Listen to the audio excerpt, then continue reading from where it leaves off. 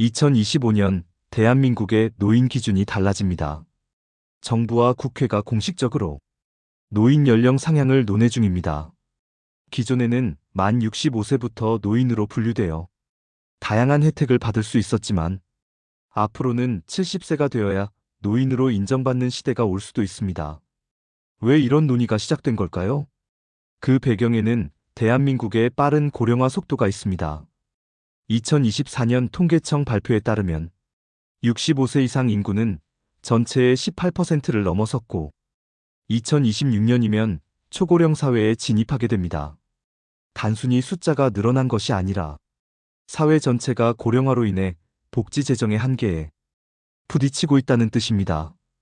기초연금만 해도 현재는 65세 이상에게 매달 최대 32만 원씩 지급되고 있지만 수급 대상이 계속 늘어나면서 국가 재정이 감당하기 어려운 수준에 이르렀습니다. 그래서 나온 해법이 바로 이겁니다. 기준을 바꾸자. 평균 수명이 83세가 넘는 지금 65세는 더 이상 노인이 아니다. 말은 그럴듯하죠. 하지만 현실은 다릅니다. 지금 막 은퇴한 65세, 66세, 자녀 결혼시키고 일선에서 물러나 조금은 쉬고 싶었던 사람들입니다. 그런데 이제 그분들은 노인이 아닙니다. 노인이 아니니 지하철 무임승차도 안 되고 기초연금도 못 받고 복지관도 출입이 어렵고 노인 일자리도 지원할 수 없습니다. 심지어 장기요양보험 혜택까지 조정될 수 있다는 말이 나옵니다. 그럼 묻고 싶습니다. 그동안 65세를 기준으로 퇴직을 준비해온 사람들은 도대체 어디로 가야 합니까?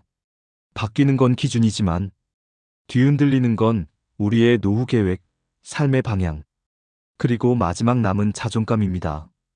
이건 단순한 정책 변화가 아니라 은퇴 후 삶의 방식 자체를 바꿔버리는 판도 변화입니다. 그래서 오늘 영상에서는 노인 기준이 70세로 바뀌었을 때 생기는 7가지 현실 변화를 하나하나 짚어보려고 합니다. 지금 당장 70세가 아니더라도 지금 60대라면 지금 50대 후반이라면 이 영상은 반드시 보셔야 합니다. 이미 변화는 시작되었고 모르는 사이에 우리가 누리던 권리들은 하나둘 사라지고 있으니까요.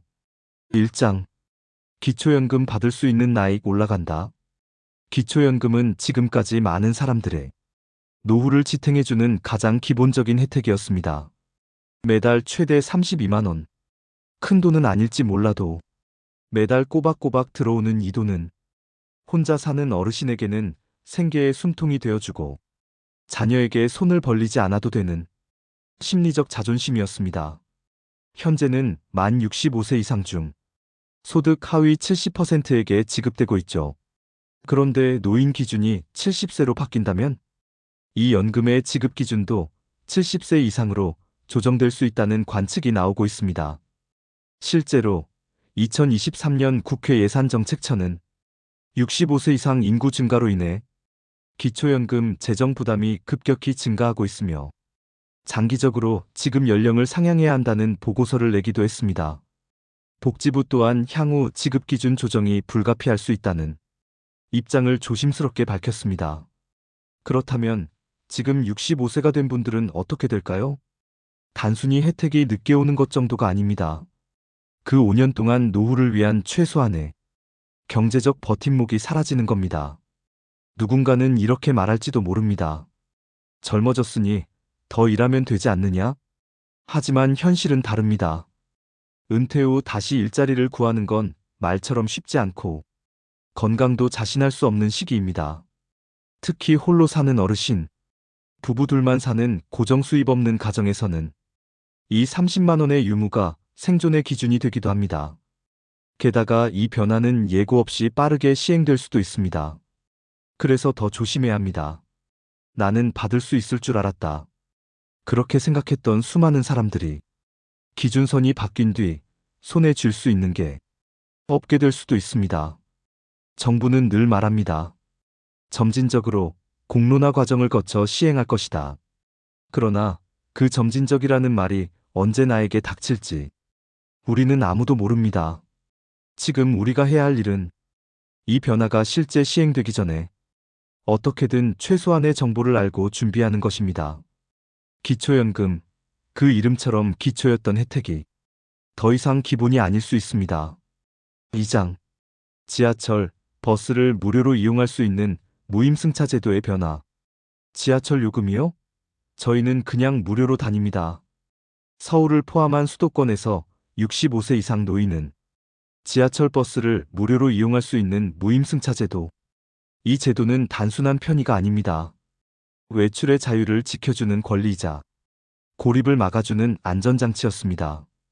그런데 지금 이 혜택의 기준 연령을 70세로 높이자는 주장이 힘을 얻고 있습니다. 시작은 2023년 서울시와 코레일의 발표였습니다. 무임승차로 인한 적자 규모가 연간 1조 원 이상이라는 보도와 함께 지속 가능성에 대한 우려가 공개적으로 제기됐죠. 특히 서울 지하철은 전체 운영 적자의 40% 이상이 무임승차로 인한 손실이라는 분석도 나왔습니다. 결국 2024년 초 국토교통부가 나서서 노인 무임승차 연령 상향을 제도적으로 검토하겠다고 발표했습니다. 실제로 지방 도시들 일부는 이미 68세로 기준을 상향하거나 일부 제한을 두고 있는 상황입니다. 그렇다면 앞으로 어떤 일이 벌어질까요? 16,569세 노인은 교통비를 모두 자비로 내야 하는 현실이 올 수 있습니다. 그건 단순히 버스 요금 몇백 원의 문제가 아닙니다. 노년층의 외출 빈도는 크게 줄어들고 활동 반경이 좁아지며 사회적 고립이나 우울증으로 이어질 수 있다는 지적도 있습니다. 실제로 무임교통카드가 중지된 외국 사례들을 보면 노인층의 병원 방문 횟수, 커뮤니티 모임 참여, 자원봉사 활동이 현저히 줄어들었다는 연구 결과도 있습니다. 게다가 아직 국가 정책으로 통일된 기준이 없기 때문에 지역에 따라 어디선 되고 어디선 안 되는 혼란도 생길 수 있습니다. 이런 변화는 결국 65세라는 숫자에 담긴 상징성을 무너뜨리는 것이기도 합니다. 지금까지 65세 이상이면 자동으로 누릴 수 있던 혜택들이 하나둘 사라지는 신호탄일 수 있습니다. 우리는 지금 그 경계선에 서 있습니다. 당연했던 것들이 더는 당연하지 않을 수도 있는 시대, 그 변화의 시작이 바로 교통비일지도 모릅니다. 3장. 장기요양보험 혜택도 제한될 수 있다. 지금은 혼자 괜찮지만 언젠가는 누군가의 도움이 필요할 날이 오겠죠. 그래서 준비된 제도가 있습니다. 바로 노인장기요양보험 제도입니다.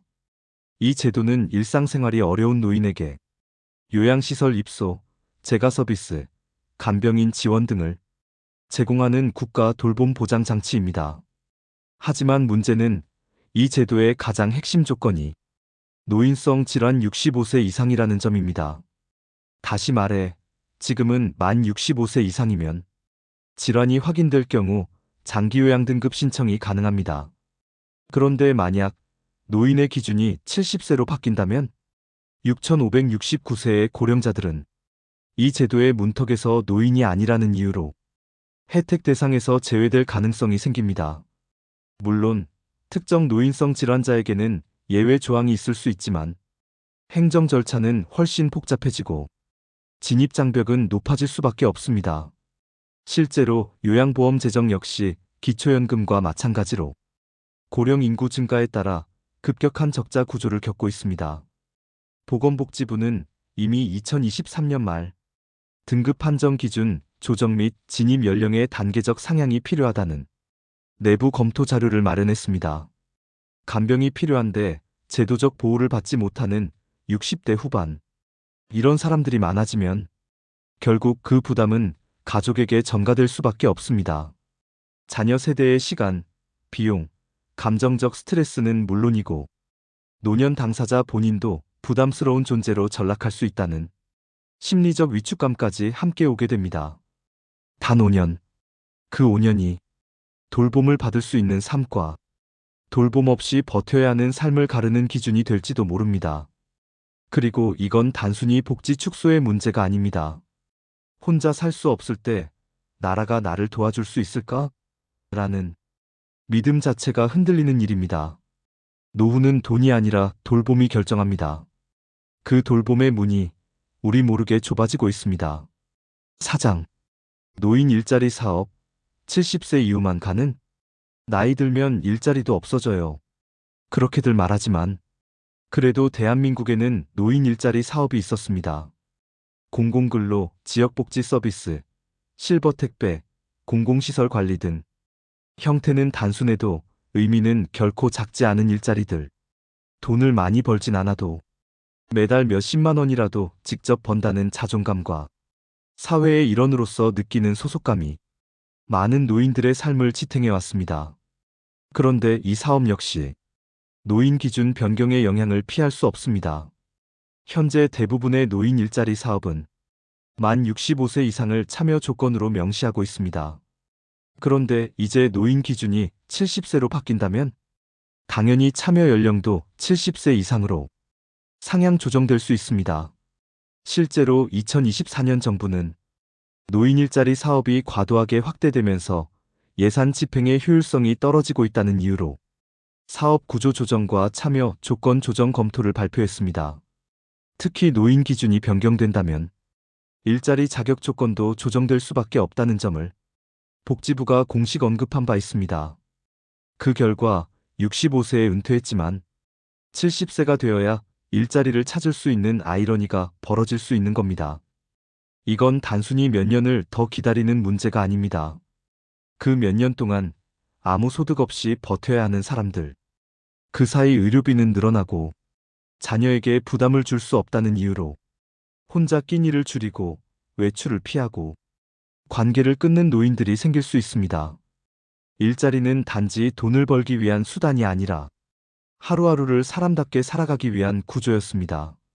지금까지는 그 구조가 65세부터 작동했지만 앞으로는 그 문이 70세부터 열릴지도 모릅니다. 일할 곳도 없고 혜택도 없는 청년 노인에게 남는 건 어떻게든 버텨야 하는 시간뿐일지도 모릅니다. 5장. 건강검진 항목 및 횟수 축소될 수 있다. 검진은 보험으로 무료래요. 많은 분들이 그렇게 알고 계시죠? 국가에서 2년에 한 번씩 보내주는 건강검진 안내문. 병원에 가서 기본 검사를 받고 나이 들수록 추가로 제공되는 치매 검사, 골다공증 검사, 인지 기능 검사. 이 모든 것이 노인을 위한 국가 건강보장 시스템의 일부입니다. 그런데 이 시스템 역시 노인의 기준이 달라지면 완전히 달라질 수 있습니다. 현재 국가건강검진 제도에서 노인 특화 검진 항목은 대부분 만 66세 이상부터 자동 적용됩니다. 하지만 정부가 노인 기준을 70세로 조정한다면 이 기준선 역시 70세로 높아질 가능성이 큽니다. 2023년 국회 보건복지위원회 회의록에 따르면 일부 의원들은 예산 부담을 줄이기 위해 고령자 특화 검진 항목을 연령 기준 상향해야 한다는 입장을 공식적으로 밝히기도 했습니다. 건강검진은 단순한 혜택이 아닙니다. 지금 괜찮다고 해서 내 몸 안에서 일어나는 변화를 모르고 지나칠 수는 없습니다.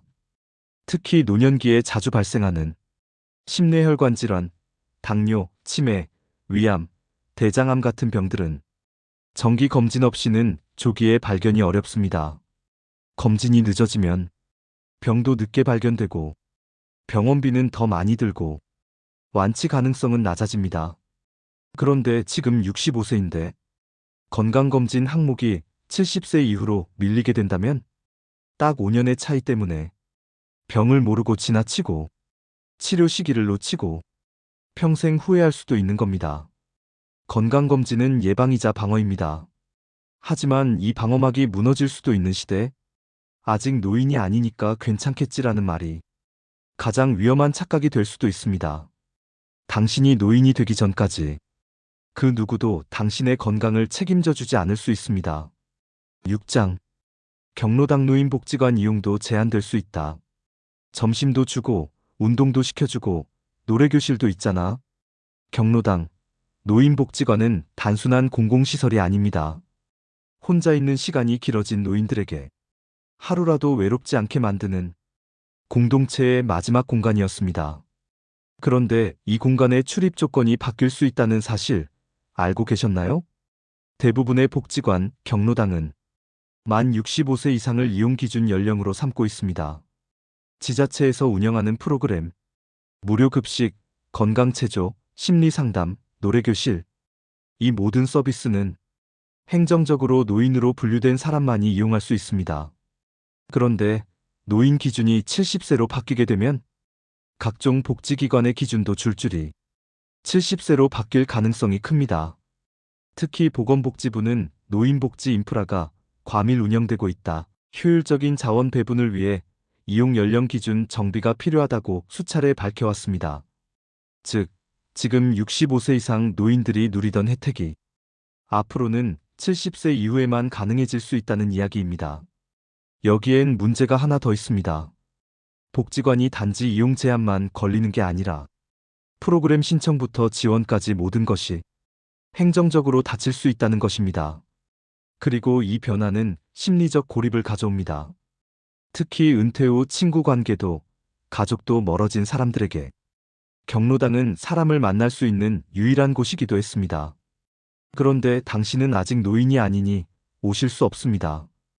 그렇게 말한다면 그 사람은 다시 혼자가 됩니다. 하루 종일 TV만 켜놓고 시간을 보내는 삶, 누군가와 말 한마디 나누지 않고 일주일을 넘기는 삶, 이건 단순한 복지의 문제가 아니라 사람답게 살 권리의 문제입니다. 노인의 기준을 높이겠다면 그만큼 사람을 지켜줄 방법도 함께 준비되어야 하지 않을까요? 7장. 사회적 인식도 달라진다. 65세는 노인인가? 65세. 나는 아직 건강한데. 근데도 사람들은 나를 노인이라 부르더라. 아니면 나는 이제 노인이라 생각했는데. 정부는 아직 아니래요. 이 혼란, 어디서 오는 걸까요? 우리는 오랫동안 65세라는 숫자를 기준으로 인생의 새로운 장을 준비해왔습니다. 은퇴 연령도, 연금 개시 시점도, 노인 복지도 모두 65세부터 시작되었습니다. 그런데 지금 그 기준이 흔들리고 있습니다. 이제는 65세는 청년 노인이랍니다. 그 말은 노인이 아니니 혜택은 못 받지만 젊지도 않으니 취업도 어렵고 다시 시작하기도 애매한 나이가 된다는 뜻입니다. 사회적 위치는 불분명하고 경제적 역할은 줄었고 육체적 자신감도 떨어지고 그런데 정작 제도권에서는 당신은 아직 충분히 젊으니까 혜택은 나중에 받으세요. 그렇게 말합니다. 이 모순 속에서 많은 60대들이 내가 지금 어느 위치에 서 있는 사람인가 자꾸 헷갈리게 됩니다. 나이 들면 인생이 편해질 줄 알았는데 더 복잡해졌어. 그렇게 한숨 쉬는 사람. 주변에 점점 많아지고 있지 않으신가요? 나이만으로 사람을 나누는 건 위험합니다. 하지만 정책은 반드시 기준이 필요하다는 현실도 존재합니다. 결국 이 논쟁은 우리 사회가 노인을 어떻게 정의하고 대우할 것인가의 문제로 이어집니다. 숫자 하나 바꾸는 것이 아니라 그 사람의 존재 가치를 다시 판단하는 것이기 때문입니다. 65세. 누군가는 여전히 일하고 있고, 누군가는 몸이 불편하고, 누군가는 손자 돌보며 살아가고 있습니다. 그런데 이 다양한 현실을 한 줄의 숫자로 자를 수 있을까요? 65세는 노인입니까? 이 질문은 결국 우리 사회가 사람을 숫자로만 보는지 아니면 삶으로 보는지를 묻는 질문일지도 모릅니다. 우리는 지금 조용히 그러나 빠르게 다가오는 변화를 마주하고 있습니다. 노인의 기준이 65세에서 70세로 바뀐다는 건 단순히 숫자 하나가 바뀌는 게 아닙니다. 우리가 받던 혜택이 줄어들고 우리의 일상이 달라지고 우리 스스로를 바라보는 시선마저 달라지는 변화입니다. 지금까지 당연하게 누리던 것들이 어느 날 갑자기 당신은 아직 노인이 아닙니다 라는 말 한마디에 사라질 수 있다는 것. 이것은 정책의 문제이기 전에 삶의 문제이고 존엄의 문제입니다. 나는 아직 70세가 아니니까 괜찮다. 그렇게 생각하고 계셨다면 지금이 바로 준비할 시간입니다. 앞으로 바뀔 제도, 줄어드는 혜택, 그리고 그 빈자리를 어떻게 채울 것인지 누군가는 말합니다. 건강하게 오래 사는 것이 복이라면 스스로 준비한 노후는 선물이다. 당신의 노후가 누군가의 판단에 따라 흔들리지 않도록 이제는 당신이 먼저 준비할 차례입니다. 오늘의 영상이 그런 준비의 시작이 되길 바랍니다. 노인은 숫자가 아닙니다. 노후는 지혜로 준비하는 것입니다. 다음 시간에도 노후의 지혜에서 뵙겠습니다. 감사합니다. 영상이 마음에 드셨다면 좋아요, 구독, 알림 설정 부탁드립니다. 감사합니다.